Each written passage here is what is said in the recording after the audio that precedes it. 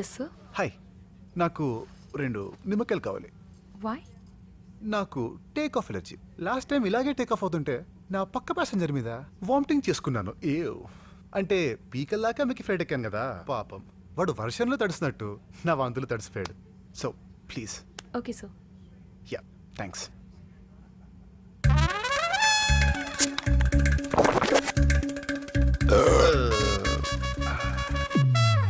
Sir oh thank you.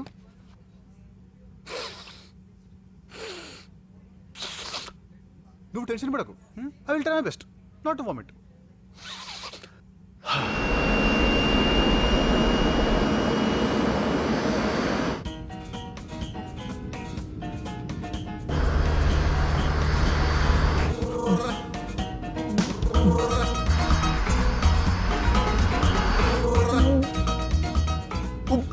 ఏమండి please కొంచెం మీ చేత్తో నా చేయనివ్వరండి. No way. అలా చేస్తే వామిటింగ్ ఫీలింగ్ పోతుంది. లేదంటే మీ ఇష్టం.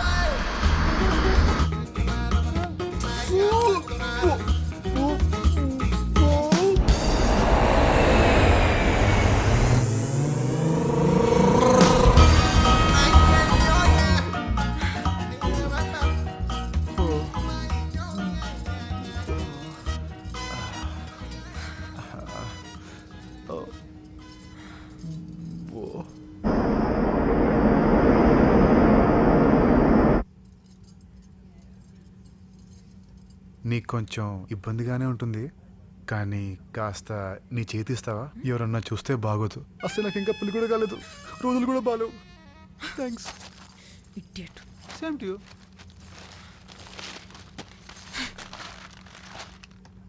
రాశి ఫలాలు నాదెలా ఉందో. ఎయిర్పోర్ట్లో ఒక అమ్మాయిని కలుస్తావు. ఓ షట్, ఆ అమ్మాయి నీ పక్క సీట్లో కూర్చుంటుంది. ఓ గాడ్, ఆ అమ్మాయి నీ కాబోయే కలల సుందరి. Oh shut, what a lovely ఫలాలు, వాట్ ఏ లవ్లీ ఫలాలు. God crazy no. అరగంటలో అమ్మాయిని ప్రేమించడం ఎలా? ప్రముఖ రైటర్ కొత్త పుస్తకం release. What a lovely book అండి, what a lovely book. Eve teasing నేరం, అరెస్ట్ అయిన యువకుడు 6 నెలలు జైలు శిక్ష. ఆ అమ్మాయి కోసం జైలు శిక్షే కాదు, ఉరి శిక్ష కూడా రెడీ. ఆ యువకుడి ప్రకటన.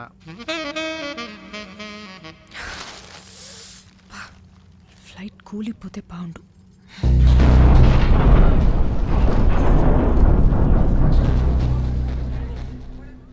టంగు. Ladies and gentlemen, this is your Captain Sudhakar speaking. Cumulonimbus మేఘాల డ్రావటం వల్ల ఫ్లైట్లో కుదుపులు వచ్చాయి. అసౌకర్యానికి చింతిస్తున్నాం. భారీ వర్షం కారణంగా హైదరాబాద్ రన్వే మూసివేయడం జరిగింది. అందువల్ల మన ఫ్లైట్ని గోవాలో ఎమర్జెన్సీ ల్యాండింగ్ చేస్తున్నాం. ప్రయాణికులంతా మాతో సహకరించవలసిందిగా కోరుతున్నాం. Please bear with us. Thank you.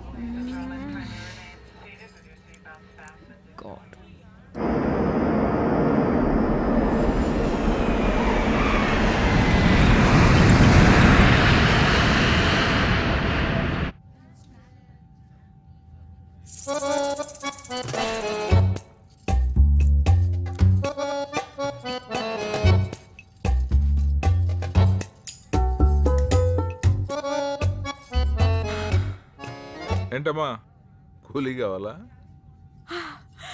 Yes uncle, thank you 1 so minute. Much.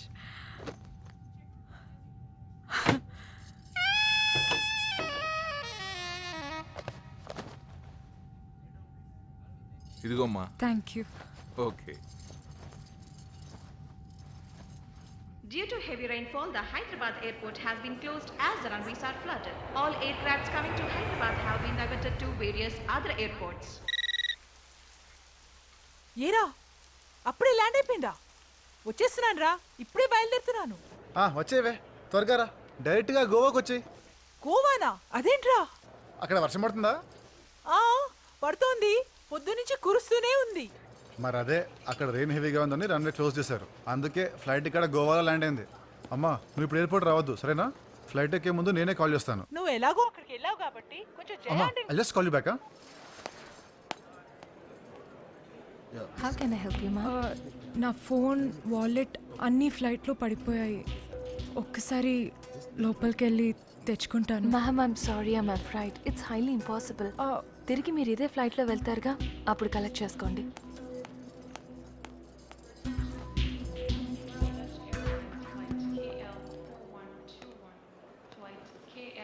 ఇదిగో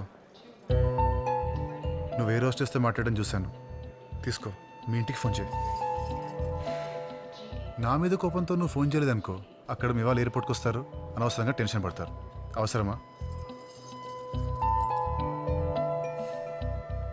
ఓకే, ఐఎమ్ సారీ. ఏదో సరదాగా ఆట పెట్టదామని అలా చేశాను, కానీ నేను బాధ పెట్టాలని కాదు. నిన్ను హర్ట్ చేస్తుంటే I'm really sorry. Take it please.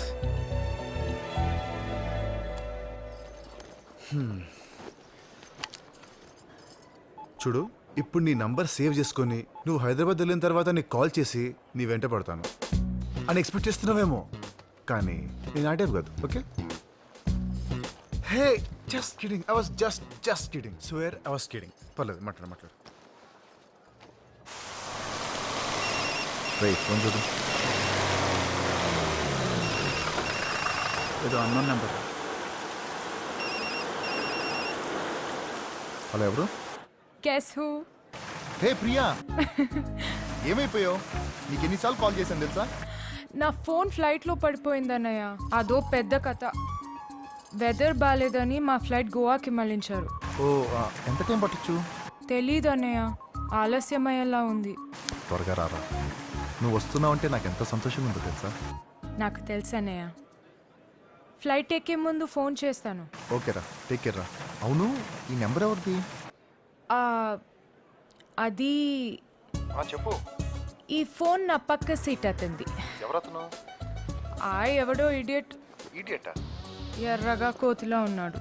సేపేనా? ఏం చేస్తుంటాడు? నోరు తెరిస్తే ఫుడ్ తింటాడు, లేదంటే బుర్ర తింటాడు.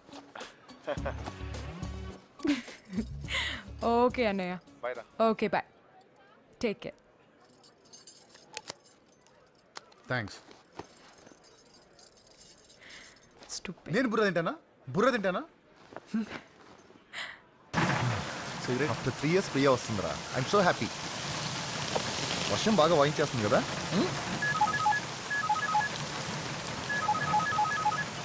శివ, మీ నాన్నరా.